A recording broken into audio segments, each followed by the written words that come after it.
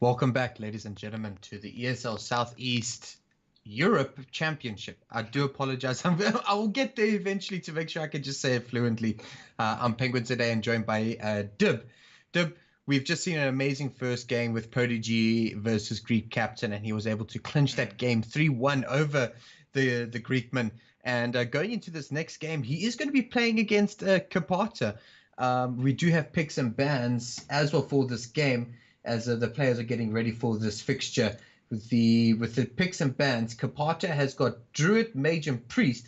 His Paladin has been banned, and ProDG has got Druid, Warlock, and Priest, with his Rogue being banned.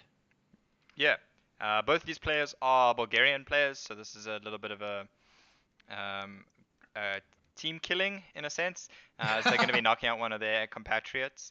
If ProDG is one of the top Bulgarian players that we've been led to believe, then he should be a little bit favored here. Kapata, interesting choice to bring Mage.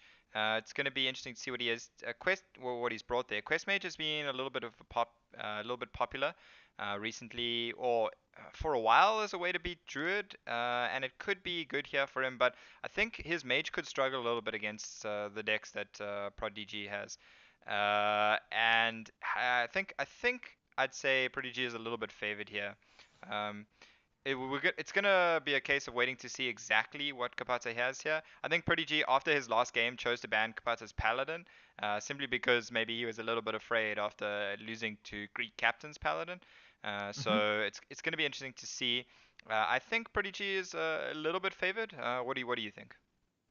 Um, I think he is a little bit favored here. It is a little disappointing that his Rogue has been banned, but we do know how incredibly strong Rogue is. We saw it in his previous game there, where he was able to get off to that flying start of the Prince Keleseth, Shadowstep Prince Keleseth. And that is one way that the Rogue can really run away with a game, especially still drawing into minions like Firefly, Swashbuckler, which brings out patches. Your SI7 agent. I mean, some of them are even running Edwin. So, I mean, your Edwin is already starting at a 4-4.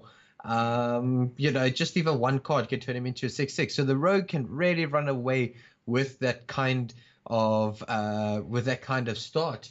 Yeah, I I think. mean, we saw his Warlock was also very strong. They had a very aggressive Zoo. So he's got a very fast-paced deck, and I feel that Kapata might be in trouble, especially if he doesn't find a way to contest the board or to run away with the game himself. Yeah, I think largely ProDG's brought just really strong, powerful decks. Zoo has been seeing a bit of an uprise recently, and I think that's why he's filled it in. But I would say, Priest, Druid, and Rogue tend to be at the moment some of the strongest picks you could bring for a Conquest format. So it's not really a surprise to see those. And I think for Kapata, most of the time you come into these kind of tournaments with a strategy to ban either Rogue or Priest, let's say, as you're mostly going to want to target one of those really strong classes, and you kind of know what they are. Whereas with Druid, it's a little bit more like it could be aggro Druid, it could be token Druid, it could be big Druid, it could be Jade Druid as well, which we see ProDG actually does have. So for those, going in with the strategy to ban Druid is a little bit less common, therefore, and so Rogue, it's pretty much just Tempo Rogue right now, and Priest is pretty much just the Razakis Priest. So you can generally go in with a strategy to ban either one of those. And it looks like Kapata is trying to target the slower decks, I'm guessing, if he has brought something like Quest Mage. Mm, Even maybe something like Tempo Mage, also pretty good against some of the slower decks. So it looks like yeah. maybe he could be trying to target those. And that's also why he's banned the Rogue, is that actually is pretty good against his lineup. Yeah, I've got a feeling, just considering that where we're trying to ascertain what kind of mage he's brought. Considering the ban of that rogue, I think he may actually have brought that Exodia mage. But I mean, as you said, there's a lot of variants of mage that are really strong, but also very weak to the rogue. So it's still going to be very interesting to see what exactly his Mm. lineup is. But as you said, his lineup is starting to feel a little bit more as if it's leaning towards targeting those kind of decks. Yeah, I feel like I still think ProDG's lineup is a little bit favored, simply because it's probably a little bit more solid overall, and I think that's really what could lead him to victory here. But I'm going to be very intrigued to see what that mage is. I think if it is something like a tempo mage, he probably wouldn't have banned Rogue, so that also does also lead me to believe that it is something like Quest Mage or Freeze Mage even, a deck that has seen a rise in popularity uh, recently. Yeah, Freeze Mage also a very, very difficult deck to play properly. I mean, I am a terrible Freeze Mage player. I'm not even going to try and deny it. But you know, it's a strong deck, but only if you can play it correctly. And we Yes. do actually see that Kapata has got that Quest Mage. Yep, and that's going to be going up against ProDG's Warlock here to start with. Uh, Not a particularly great matchup for the mage here. Zoo, not really the Warlock you're looking to face. You're hoping to face some kind of control Warlock instead. But he does have Frostnova Doomsayer, a really, really powerful combo against Zoo. Traditionally, one of the reasons a deck like Freeze Mage was so good against Zoo was that Frostnova Doomsayer. There wasn't really many ways for Warlock to deal with it, and we didn't see anything like Crazed Alchemist in ProDG's Warlock before, so I imagine that could be a really big stumbling point for him if Kapata is able to get off a really good Frostnova Doomsayer turn. But he's going to have to survive this early onslaught, and an onslaught is certainly what it's going to be here, as ProDG has a myriad of options here. He can go with 1 drop into coin 3 drop, or he can go with 1 drop coin 1 drop here into double 1 drop on turn 2, and it looks like he's gonna opt to probably coin the 3 drop. I imagine either coining the Vicious Fledgling or the South Sea Captain next turn. Kapata here, he could play the Doomsayer, but I think he might be looking to get a little bit more value out of it, to actually just combo Yeah. it with that Frost Nova. But it does mean his choice really is play it here or play it on turn 5. And those are kind of his two big options here. Which do you think is a little bit better here? You know, you're going into your opponent, you know that your opponent is playing a Zulok or Kaliseth Warlock. I think playing the Doomsayer here is just a little bit too early. I mean, you're slowing down your opponent, yes, but I mean, he can just tap and you'll be able to still build up his board pretty much from there. I think you're going to be able to do is freeze it. You're not going to have a way to clear the board, which I think Yeah. is more important than just stopping him from attacking you. I think the reason Kapata went with that Doomsday there was just to set up that Arcane Intellect on an empty board on 3. He didn't want to have to hope, have to respond to his opponent's board instead, and he didn't really have anything to respond with anyway.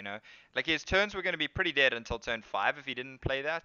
They were going to be super defensive, so I think that's why he went for it. And here, the Primordial Glyph, just looking to find a answer to that Vicious Fledgling before it runs amok, and also happily counting towards his quest completion.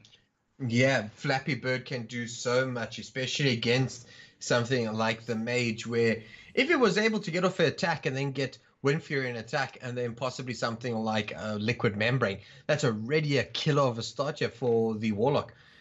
Very strong card, and Kapata is just going to be looking for anything more that he could find with that Arcane Intellect, and getting things like the Shimmering Tempest so important. He's been able to find so much card draw, so he's also off to not a bad start. He's actually further into his deck than what the Warlock is.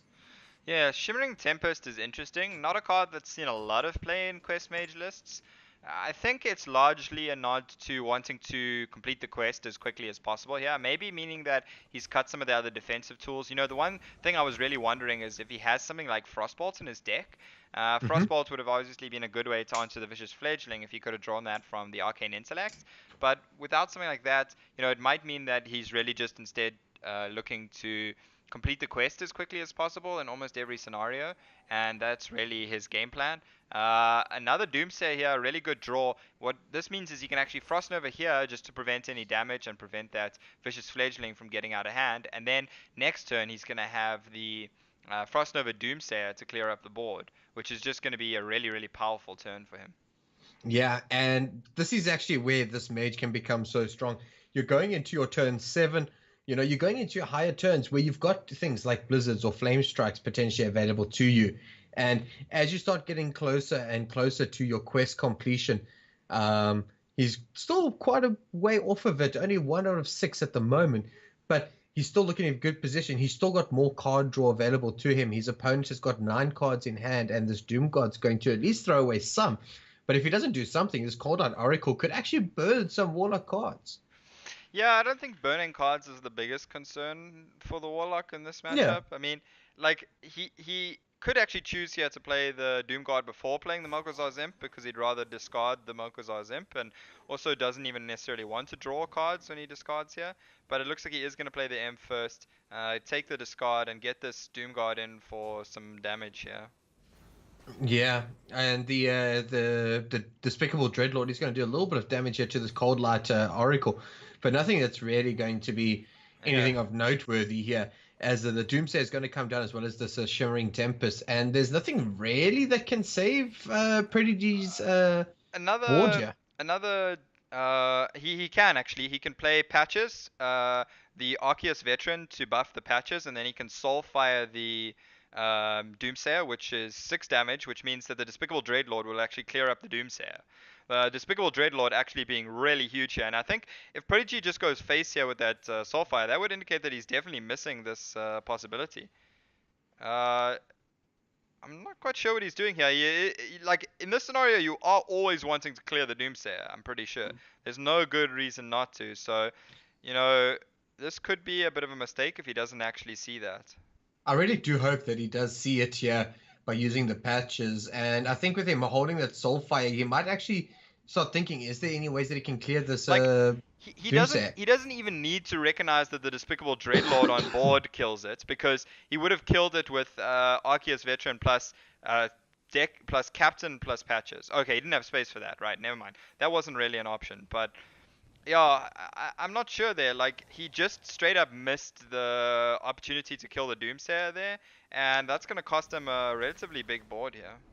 Yeah, that's a I really mean, big board that is losing here. That I mean, even that Doom God's so important. yep, and it looks like he does recognize his mistake now. After seeing that Despicable Dreadlord go off, he just realized, I think, the extra damage that it could do, and realized that that would have been the extra damage he needed. Ooh, Simulacrum, really nice card here for him. It won't multiply the Sorcerer's Apprentice just yet, but the Babbling Book. Oh wow, I, losing the Blood Reaper, Blood Blood Reaper Reaper Gul'dan Gul'dan. loss is actually quite big because it would have been bringing back a Doom Guard, which is just instantaneous damage, and that's quite important in a matchup like this. Oh, that Vaporize, massive here, killing off that 5/5 patches. And things are looking pretty good for Kapata here.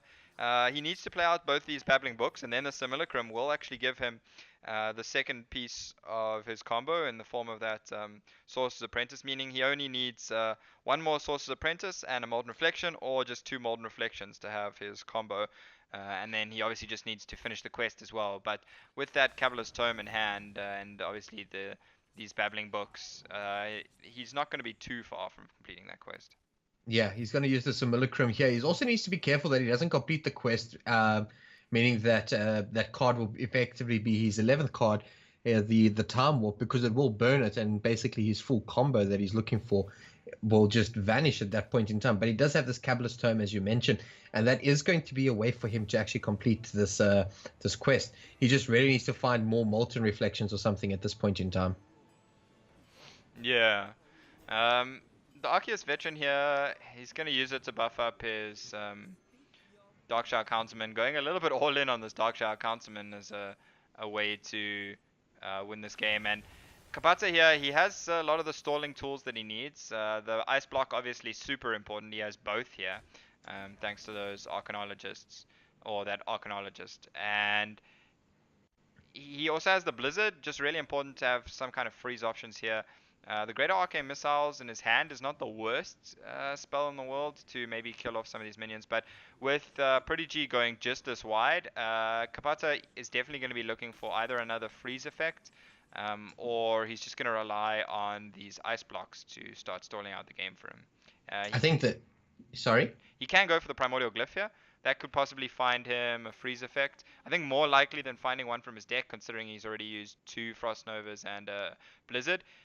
He could have also then used. He could have gone with the Primordial Glyph and then the Cavalier's Tome to find a Frost Nova, but I don't think that's super necessary. Oh, And unlucky. I think the Greater Arcane Missile's there. He's just playing it to try and get a little bit closer to quest completion. I think that's his plan there. He only needs one more Sorcerer's Apprentice or one Molten Reflection. So he's only one card away from completing the quest here. So it's not too bad a scenario for him. He just needs probably a few more turns. Um, and I think it's looking kind of close for Kapata. He only has 5 cards left in his deck, so there's a pretty decent chance he does draw the combo piece. And there it is. There's the Molten Reflection. So now he has enough to complete the combo. The only question is, will he be able to find some cheap enough random spells here that he can play them out, and that is going to work. The Vaporize is good because with the Sorcerer's Apprentice on board, it's just going to be free, and then he will have a way to activate his Antonidas as well. Being at, is it 4 or 5 on the quest? 4 on the quest. So the Primordial Glyph, its spell, plus the Vaporize will be enough to complete the quest, and then he would just need one more spell. I think the Violence Portal will be cheap enough at that point that he can use it, and that will be enough to activate on the Antonidas. Well, anyway, with this extra Molten Reflection as well, he's got more than enough here, and we're going to see Kapata completing the quest here and killing off ProDG.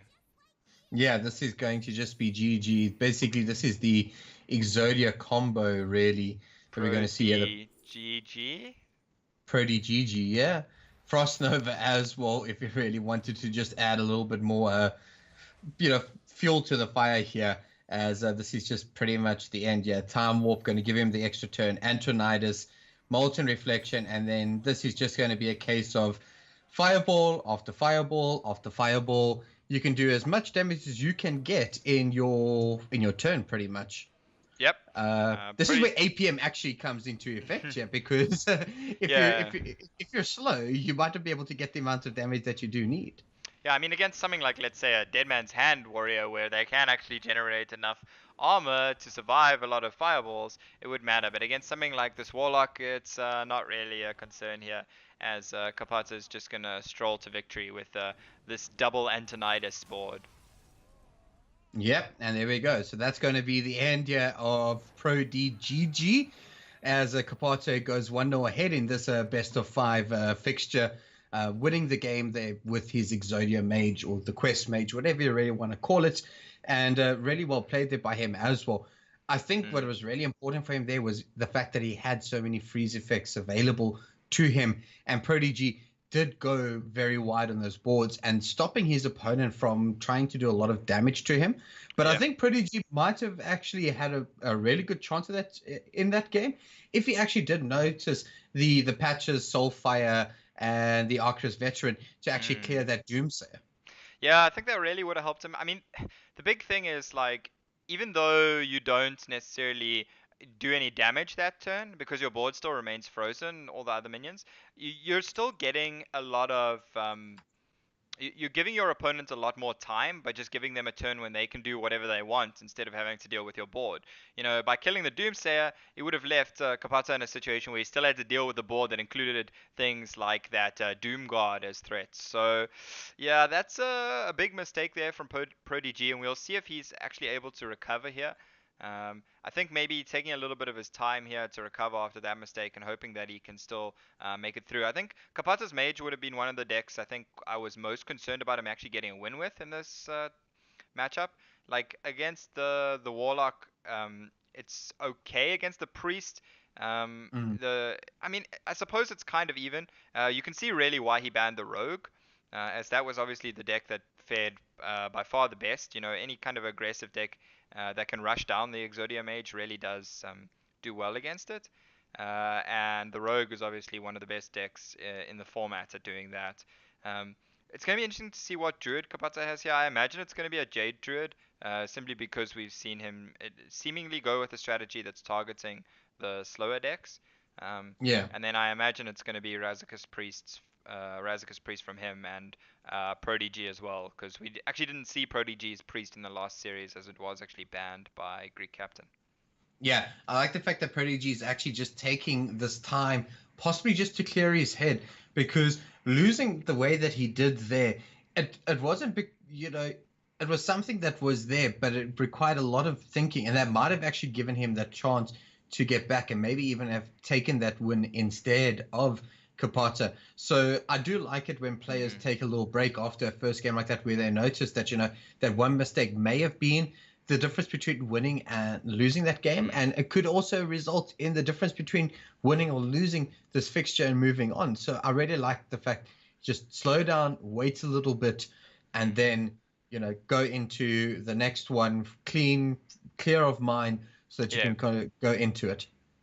Yeah, I have to kind of wonder if these players know each other at all. I mean, Bulgaria is not the biggest country in the world, and I imagine they must have faced each other before in tournaments. I know for like us in our local South African scene, we tend to know a lot of the other players quite well, as the scene's quite Mm. small, and I can imagine it's probably somewhat similar there. So that's also another interesting dynamic in this match, in that both players are from Bulgaria. Uh, and maybe ProDG getting a little bit tilted. Maybe this is his arch nemesis that we don't even know about, that he's playing against. This is the kind of stories that we were looking for, and meeting your arch nemesis that you never even knew was there. Well, no, that we didn't know. I'm sure ProDG knows if this is his arch nemesis or not. well, me and probably some of the viewers that we have don't know about these kind of rivalries that may exist between these players. We are These aware that Schrodinger rivalries, we're gonna call them, because we don't know whether they exist or not. So for now, yeah, we're just gonna until, assume the rivalry is alive. until you open the box, you don't know whether the rivalry is there, not there, or combination of both. Yeah. So we are aware that there is a little bit of delay. Might just be that one of the players have gone to the bathroom or whatever. Um, but do you think that Kapata may have actually caught a glimpse of the last games leading up into this one and just saw how good or how well ProDG played with his rogue, which was the reason that he decided to go ahead and ban it? Or do you feel that rogue is just going to be one of the ways that he actually just loses this this fixture 3-2, 3-1, or 3-0? Yeah, I mean, he really, I think, banned it mostly on a strategy. I think that's his strategy going into this tournament, is mostly just like likely to ban Rogue.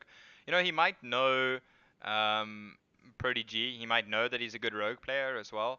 But I mean, I'd say, without being rude to ProDG, I wouldn't necessarily say we saw him play Rogue well. We just saw him have a really nuts hand with that Rogue.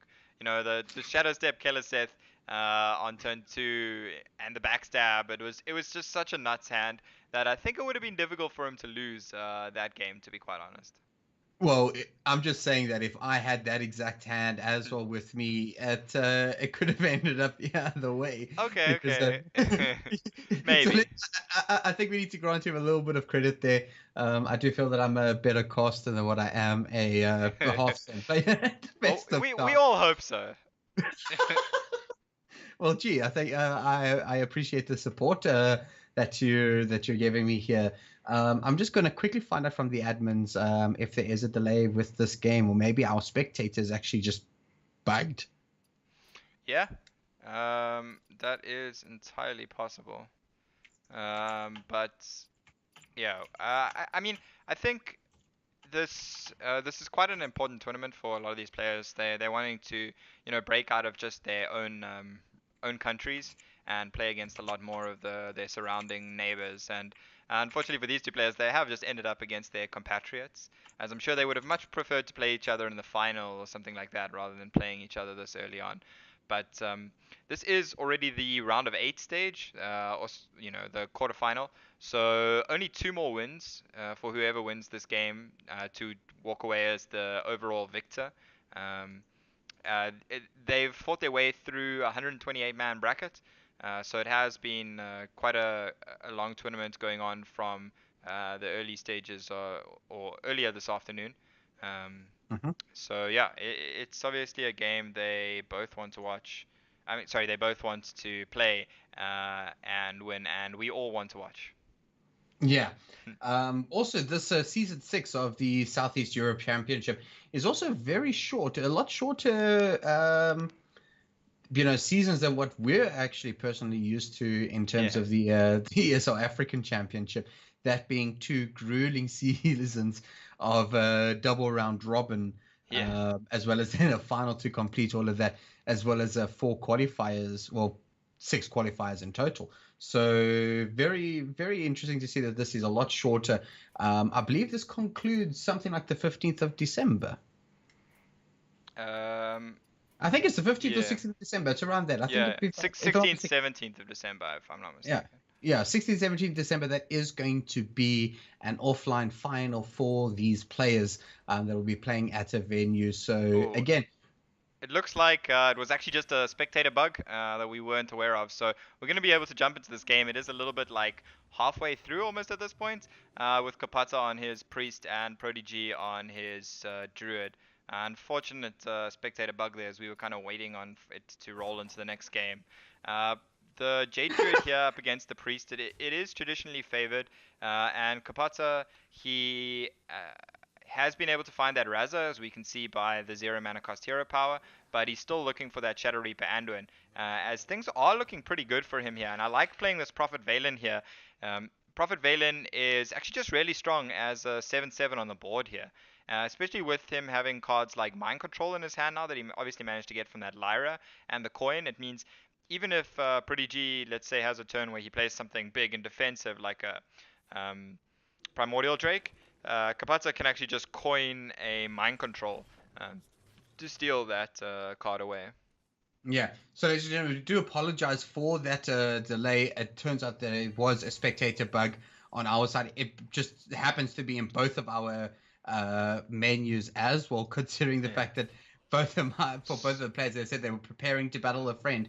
But This this is, this yeah. is one off lethal, if I'm not mistaken, with the Organized Soul Priest. He's going to be able to set his opponent to 1 here. And also he's going to be able to kill this 5/5, which seems like a pretty strong turn here from Kapata. And it turns out you don't always need that Shadow Reaper Anduin if your Prophet Valen and Orkanai can just do a good impersonation. A pretty good impersonation indeed. And Prophet Valen plus Mind Blast is also not a bad way Yeah? to do a lot of damage. 10 damage to face is pretty absurd for just 2 mana. So, as you say, as we are jumping into pretty much the late stages of this game, where ProDG does look to be a little bit out of this one, Kapata looking really strong here, 29 health still, even if there was a giant taunt to come down, that Mind Control would just be able to take it and just move it away. I'm not too sure what Yeah. ProDG is trying to find you, though. I'm not sure. Sometimes you just want to cycle desperately, hoping to find something, and I don't think there's anything he can find here. I think his only consideration could be the spreading plague, but it's not enough because the hero power will just kill him through that anyway. So he would have needed to play something like spreading plague plus feral rage there Hmm. to have any chance of surviving. But they're unable to find that, unfortunately. And we're going to see Kapata going up 2-0 in this series. So now, ProDG, if he wants to continue his run, he's going to have to reverse sweep Kapata. And Kapata only has his Druid remaining. So that's going to be a tough ask. Yeah, it's going to be a really tough ask here for him. But it's not something that is completely impossible. No, definitely not. Um, I mean, at worst case or best case scenario, I suppose Prodigy has the mirror. Um, Assuming once again that Kapata is playing Jade Druid, but based on his deck choices and tech choices for those decks, it looks like I'm guessing he is most likely playing that Jade Druid. So um, it's going to be a tough run here for Prodigy, but we can see the first one here, and it is going to be that Druid Mirror, as Kapata here on what we are unsurprisingly seeing is in fact Jade Druid, and in fact looks very similar to Prodigy's Druid. Maybe these players even prepared for this tournament together. It's not completely unsurprising because we do know that here also in our local scene that players tend to do that. And I mean, if you have a look at the starting hands here for Prodigy as well as for Kapata, both have some ramp already available to them as well as, and Kapata has already got some Jade generation in terms of that Jade Spirit, the Jade Idol, as well as that Yeah. Jade Behemoth.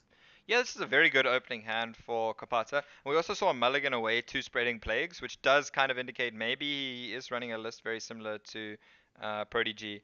But this kind of opening hand is really what you want. You get the Jade into the ramp, into more Jade, and that's all you can really ask for here. It's actually such a smooth curve for Kapata. You can just play Jade Idol on 1, Wild Growth on 2, then Jade Spirit, and then he can coin the Jade Behemoth. So that means every turn he's either ramping or playing Jade cards, and that's exactly what you want in this mirror in particular.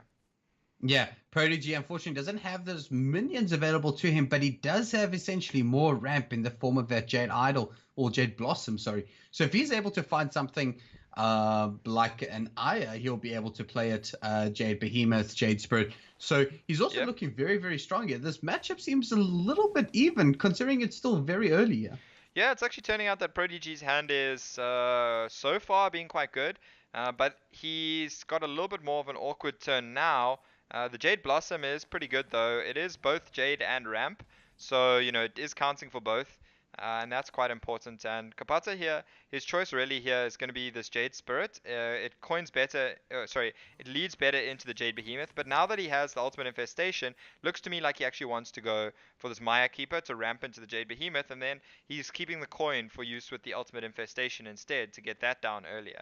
And that's really the turn that he's going to look to use as his big swing turn. Very often when going second, you want to try and utilize that coin as well as possible in order to make up for the disadvantage of being behind in all of your previous turns.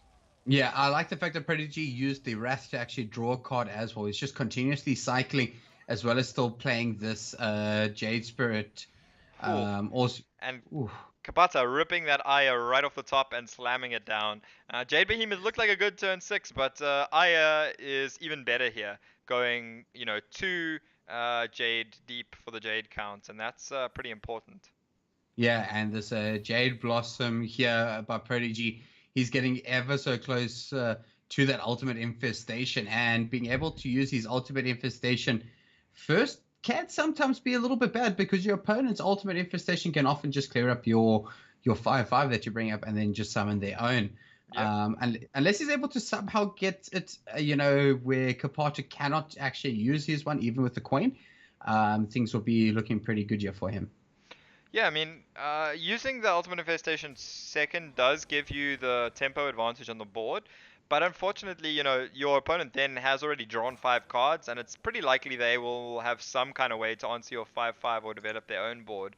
I think what's usually most important in this matchup is the Jade count, and as we can see, both players have ways of not running out of resources with their respective Ultimate Infestations. It really is just going to be about eking out the best Jade counts here for them.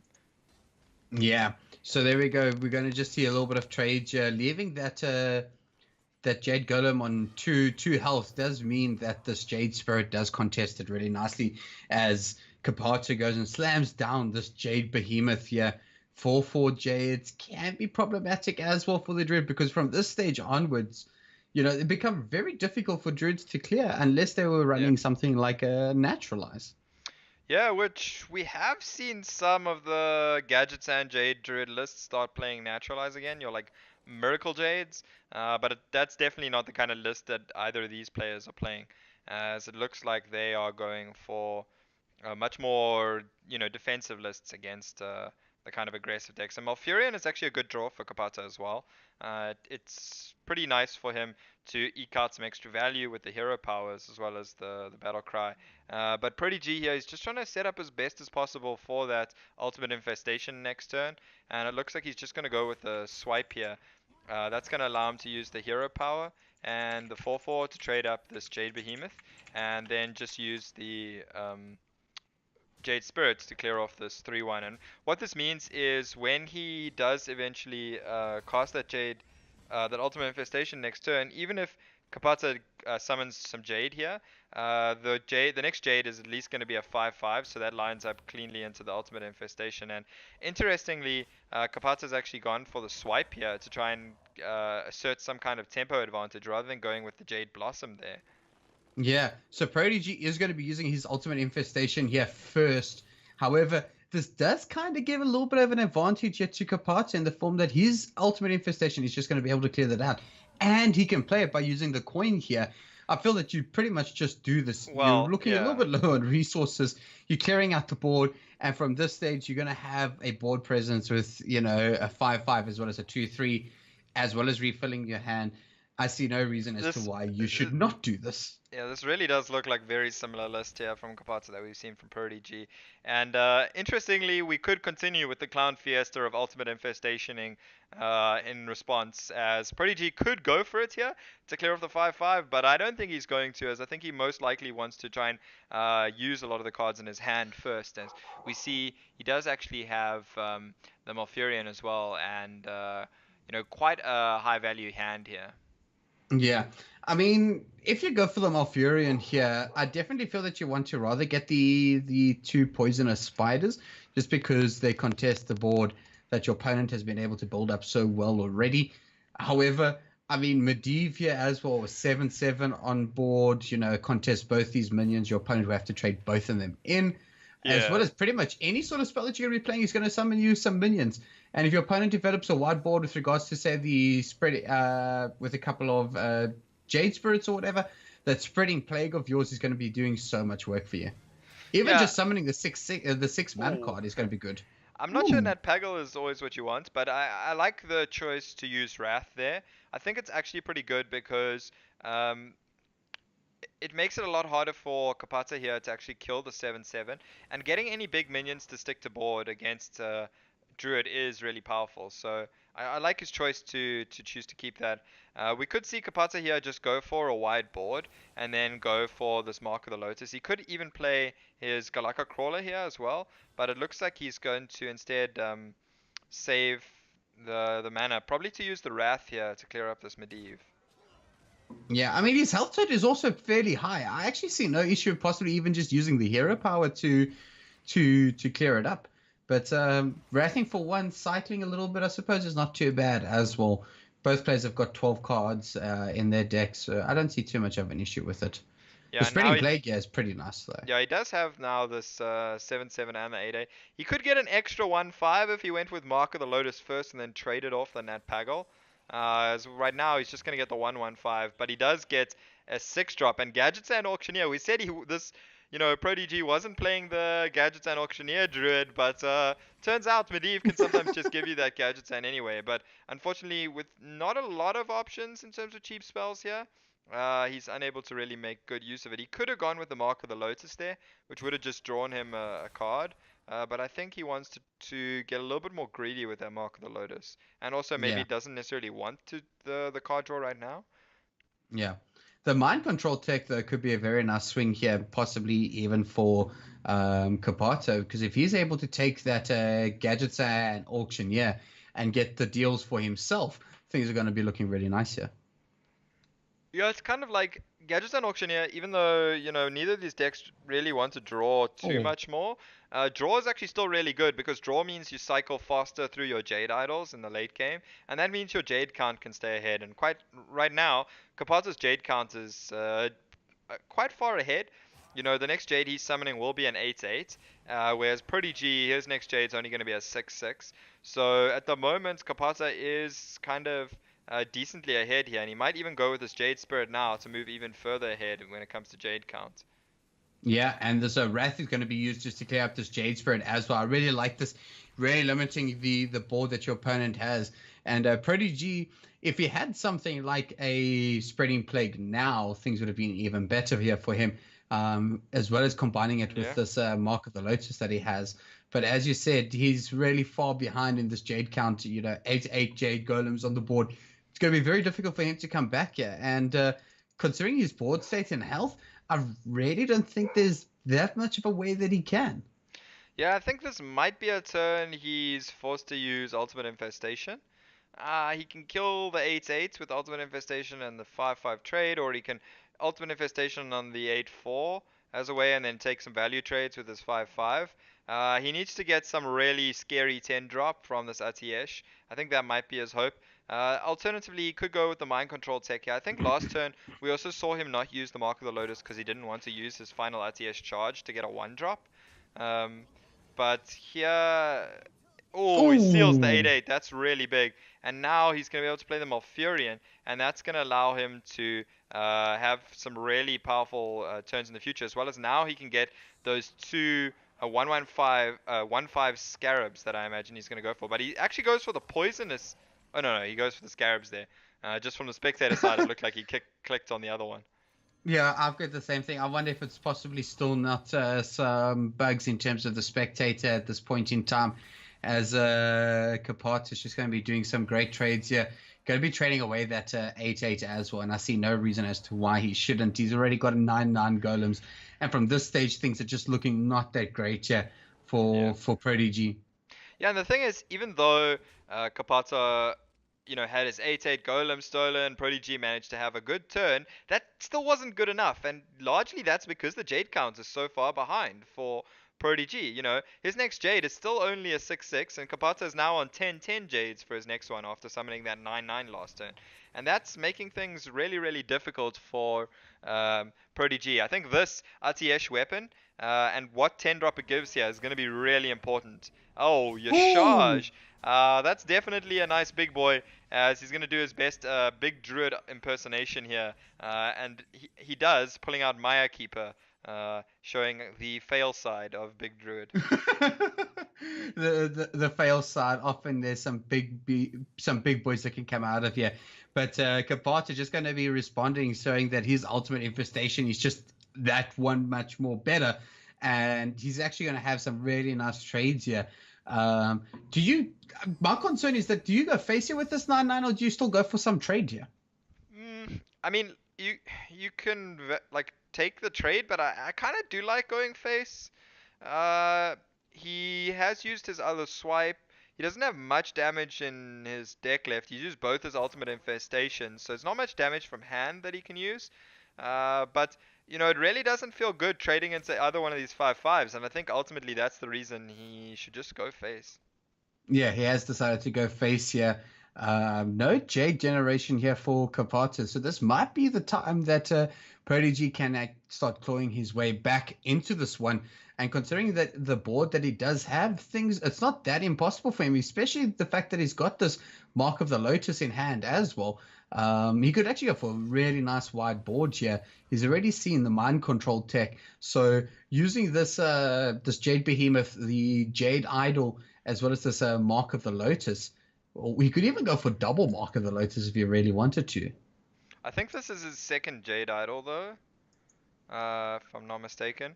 So he can't use the Yes, it Jade is. Idol to summon here, but he could still shuffle now and then go with the Mark of the Lotus. Or if he thinks he can win with this board, he can forgo the infinite Jade possibilities and actually just go for the Jade Idol summon. I really like this double Mark of the Lotus turn though. I think it's really, really powerful. And we're going to see. Okay, he does go for shuffle. Obviously, going for summon there would have been a little bit of a mistake in ordering. Um, okay, and it looks like he actually wants to kill the Jade off here rather than going for the double Jade Idol, double Mark of the Lotus turn, which is a curious decision here. I really would have liked him maybe to go a bit wider and just go face. Yeah. We're going to see Kapata use his spreading plague. Yeah, maybe he was trying to play around the spreading plague because getting a huge board, of Yeah. 1/5 taunts means you got to spend your time trying to burn through them, and that can be such a pain, especially considering that he's really far behind still. But he can come back. I mean, he's got another Jade Behemoth. He can use that Jade Behemoth along with another Mark of the Lotus, and things will be looking really good here for him. Yeah, although if he had used both Mark of the Lotus last turn, his minions would have been at least 5 attacks, so they would have dealt with these scarabs pretty cleanly. But we see here he's actually going to be able to have a good turn here, summoning 2 Jades and another Mark of the Lotus usage here. All of a sudden, ProDG's board is really scary here, and Kapata has already used that one spreading plague. He does still have a second one left in his deck, because we saw 2 on the mulligan. And he has a pretty high chance of drawing it, but even a spreading plague here, it's just gonna stall things. I'm not sure how he actually is planning on getting back on board to win here. Yeah, Prodigy has been able to claw this game back so well. Looking at his board that he has now, even though he was behind in the Jade count, he's been able to develop this huge board, getting those turns where he was able to find the correct trades, getting himself to this position where he is now. And this Malfurion might be coming down here. But what do you take? Do you take Poisonous? Yeah, you might have to here. The thing is, like, the Scarab's obviously good at preventing damage here, but ultimately, I don't know how preventing damage is necessarily going to lead you to victory. You need to start killing your opponent's minions off. But even then, you need to hope that they still won't draw those Jade Idols that they shuffled in order to resummon more Jades. You know, ProDG's actually been able to kind of catch up in his Jade count. And he actually goes for the... I don't think that was his last Jade Idol. I'm pretty sure he still had one more left in the deck, so he could have actually gone for the summon there. But instead just going for the shuffle, as I think he obviously wanted to use that draw instead as well. Yeah, I mean, if he was able to get 3 Jade Idols then from the draw, would have been even better for him there. But looking at this board state now, ProDG's been able to tie up this Jade count, and he still has Aya Blackpool. And I think at this stage, this is where ProDG will be able to just run away with this game. I don't think there's any way ProDG even just making sure about that, using the Plague Lord to get that 3 armor. Things are looking really good here for ProDG. He's been able to just turn it around. Yeah, the Spreading Plague, I mean, it looks like a crazy top deck, but he does only have 2 cards left in his deck. So with the Wild Growth, he was almost definitely guaranteed Spreading Plague this turn. In all fairness, now the last card left, I believe, is probably a Jade Idol. Yeah, I must be. Okay, yeah, it is a Jade Idol.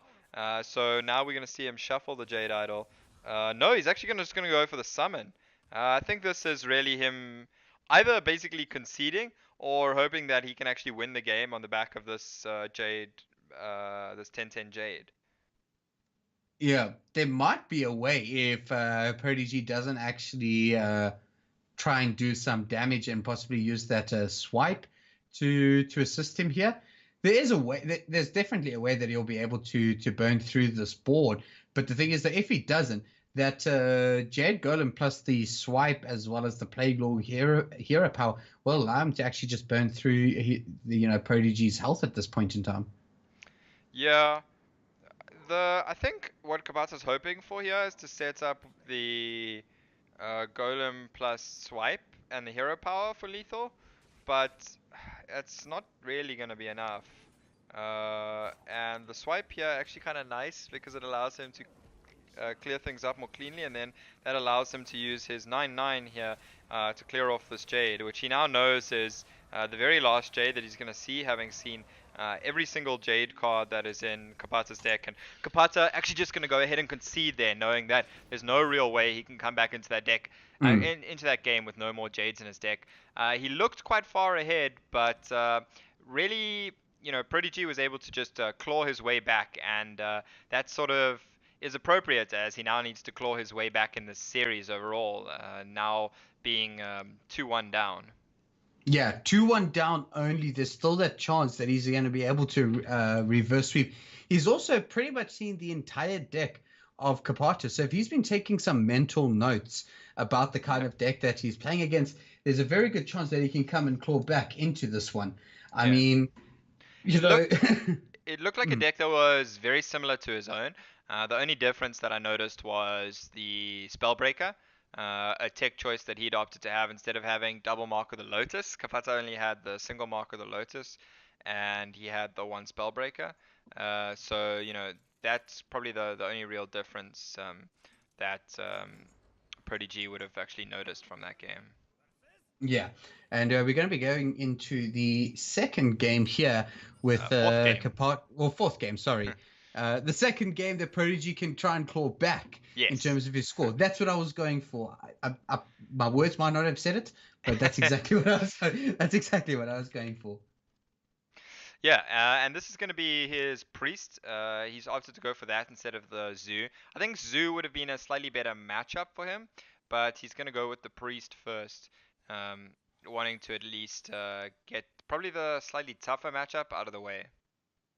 Yeah, so Kapata, he does have that early ramp, which is, again, so important for the Druid. He might choose to rather just go, not even use the coin this turn, going wild growth, coining the nourish for additional ramp at that stage.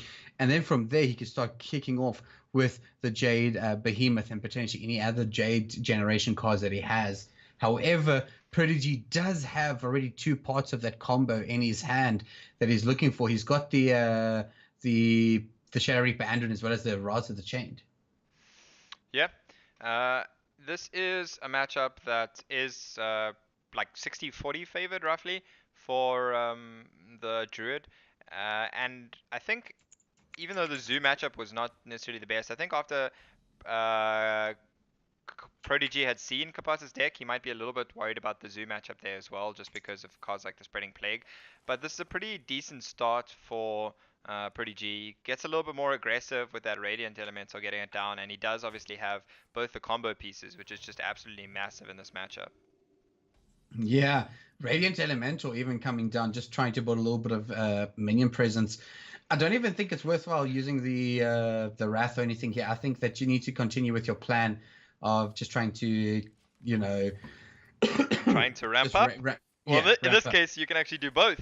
Because Nourish gives you the mana crystals immediately, he is actually able to just coin out that Nourish and use that mana to actually just Wrath off this Radiant Elemental. I think his alternative there would have maybe been Spellbreaker, but it didn't really give him a good follow-up. It didn't really give him anything nice to do on turn 5. He could have obviously just gone with the Nourish on turn 5, but this way it gives him a much more aggressive opening with these extra Jades, and getting Malfurion down early can actually matter quite a lot, because it gives you the extra armor generation, which can be quite important when it comes to surviving all the damage that Shadow Reaper Anduin can do. Yeah, Malfurion going to be coming down here and summoning those poisonous spiders here, and can be a little bit problematic here for ProDG. I mean, the poisonous doesn't mean that any minions it damages, it just completely wipes them away without doing too much else. He does have the choice of silencing them as well as having this Lyra. He could get very lucky by getting the Lyra, using the silence, generating another silence to silence the other one to keep both the minions on board. But it's still, my apologies, very unlikely. Yeah, I actually like the choice of the Poisonous. Very often you wouldn't want to choose Poisonous against a priest, because obviously something like the Potion of Madness is just a massive blowout. But he also managed to make it more awkward for ProDG going into his Razza turn, or even here like this Lyra turn. And using the Lyra here is actually allowing him to get the extra spell, which I like as well, because you can kind of run out of resources as the priest sometimes. And here I think he kind of has to kill this poisonous spider now, as he doesn't want to just give up his Lyra. But it looks like he's actually just going to give up his Lyra entirely here to this poisonous spider. Or, maybe Kapata is actually going to choose to kill the Priest of the Feast here with it, because obviously the swipe plus the other spider will clear off this Lyra anyway. And maybe ProDG actually taking the decision that, well, if he has a way to kill off the Lyra, it's not really going to matter, and it's better for him to just go face. I mean, ultimately, the way that worked out, he did get the extra damage in. Yeah, and I think that damage is going to be pretty important, especially against the Druid. You really want to find a way to start killing your opponent as soon as possible. And with Kapata ramping up his Jades here, that Shadow Reaper Anduin might actually start doing some damage soon after this. He does have a way to clear this board nicely with this Dragonfire potion if he chooses to trade. Yeah. Because from then, any Jades that are going to be summoned will be able to be killed by the Shadow Reaper Anduin. Yeah, exactly. This is the perfect timing for your Dragonfire potion. You want to be killing off a big board that has everything up to 4 or 5 power Jades, and then afterwards the Shadow Reaper Anduin, as you mentioned, is going to be clearing up the rest of the Jades. So now, even though Kapata's strongest turn is just to repopulate the board with Jades, well, now the Shadow Reaper Anduin will at least be killing one of these Jades off. Killing all of the Jades off from now on, but in this case it's just going to be killing one of the minions off. Yeah, just a note to our viewers as well. If you do live in the South East Europe area, we are running a giveaway for a ESL chair by using the command !giveaway.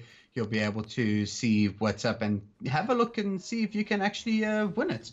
I mean, it's a very nice and comfy chair and a great chair to sit in all day if you want to play some Hearthstone. Yeah, it is indeed.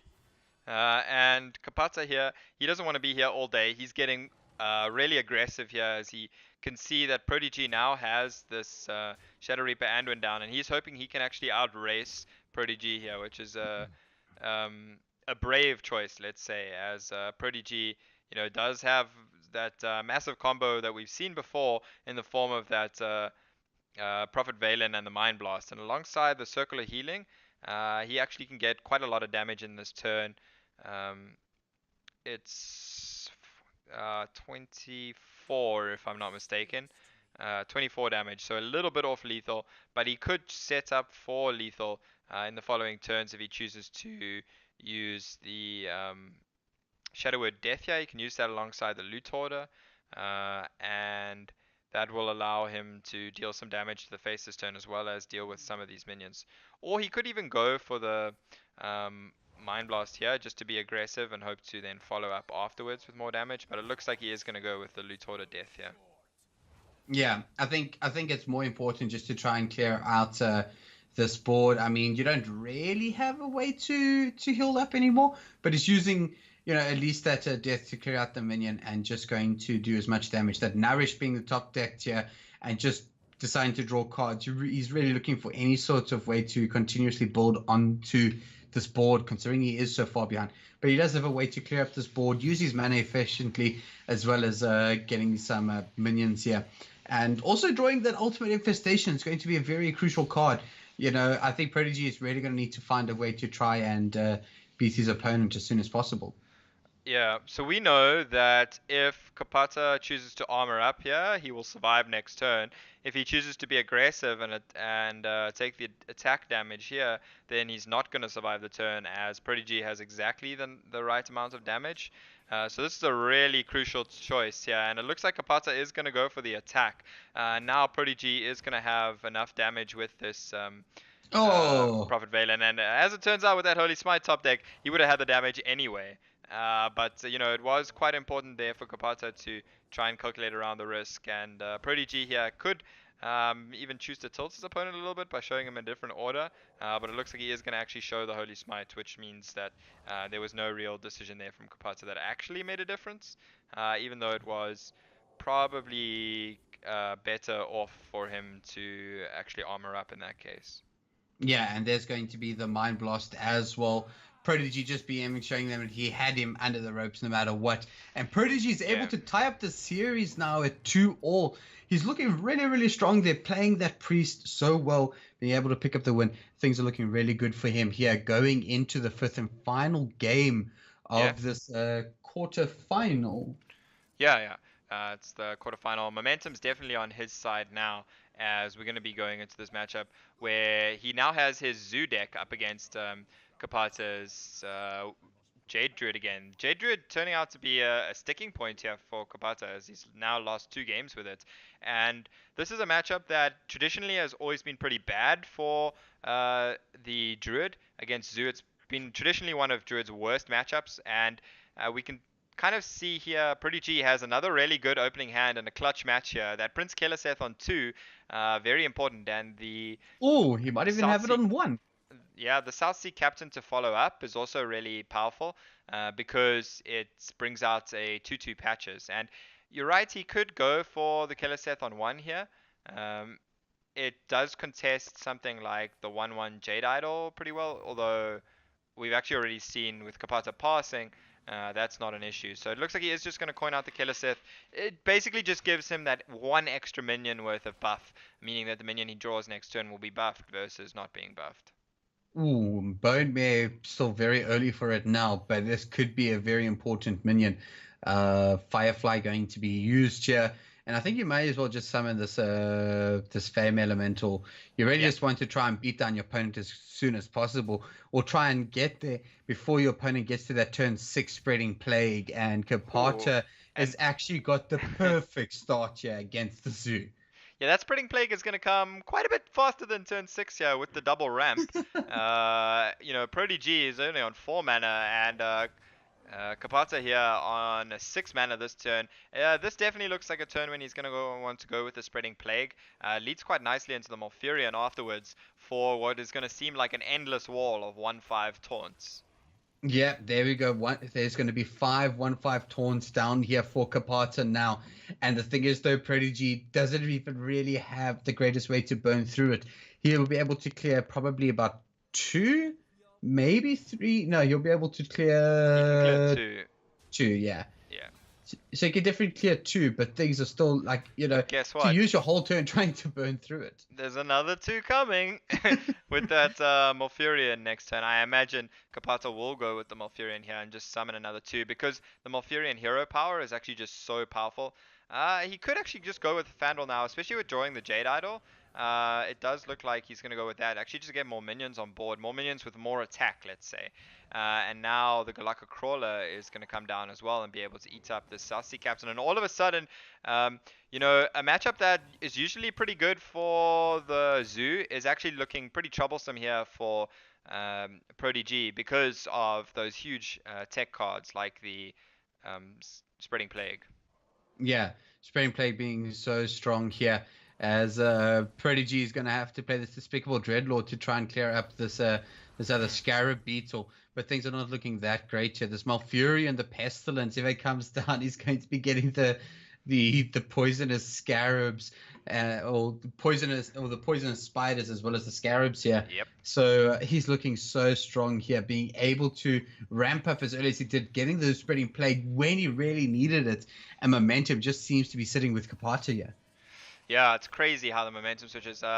A bit of a mistake there from Kapata, as you can see. He didn't get that extra 1/5, sorry, and he could have easily done it if he just traded off his minions, as he was gonna trade them off anyway, as you can see. So that could be a little bit of a costly mistake, to be honest. It does cost him quite a bit getting that 1 less 1/5 taunt here, but he's gonna take what looks like the value trade here.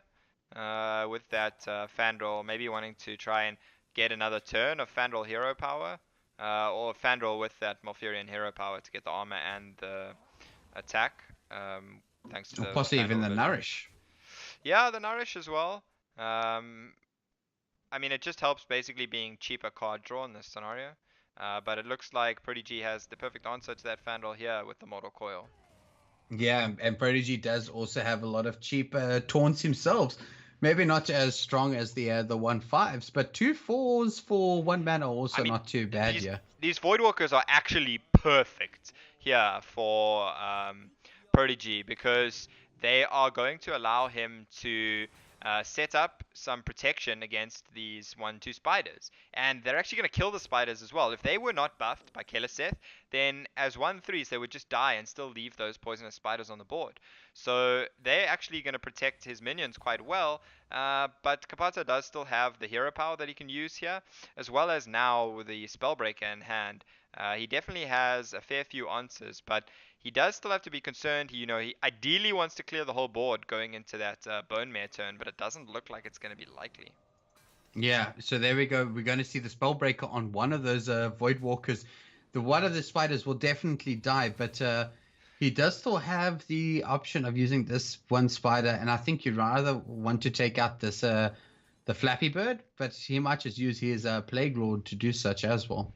Yeah, so, that silence gives him the choice to take less damage here by trading the spider. He could have also tried for a value trade with the spider onto the Firefly, but instead, he's just going to clear up as much as he can, just leaving that silenced Voidwalker, and it's about to become a lot bigger thanks to that Bone Mare. And now we can see ProDG really managing to turn the tide, as Kapata wasn't able to actually just get enough of a lead on the back of that Spreading Plague, as the Jade Druid deck is just nowhere near as well equipped to fight for the board as the Zoo deck is, and that's kind of why he's falling behind here, even though he had such really big turns in the mid or the early game there with that Spreading Plague. Do you think that losing the additional 1/5 Scarab is actually the big cost here for Kapata? because he eventually did trade some of his minions away, but about that stage it was already too late for him. In essence, losing out on those minions. Yeah, I think it really could have cost him. Just having that extra minion on board would have made a lot of the trades more awkward. And trading is really what Zoo does best. It's ultimately probably not cost him, but it looks like he is looking like he's going to lose here. Even with the armor up, he goes to 17. And then ProDG has this Doomguard buffed up. So that is a 6 attack Doomguard. So that's 14 here. Not quite lethal. The Saronite Chain Gang actually a really good draw. We can see here, we spoke about this in the first game when he played Greek Captain, how powerful it is with that Prince Keleseth buff, and we can see that here. It's going to protect his minions, and he's able to put Kapata on just 3 HP, which is, not really going to be a position where he's likely going to be able to recover from. Even this Jade Behemoth, this swipe, none of this is really enough, and it looks like Kapata is going to lose here as ProDG is able to reverse sweep and keep his run going.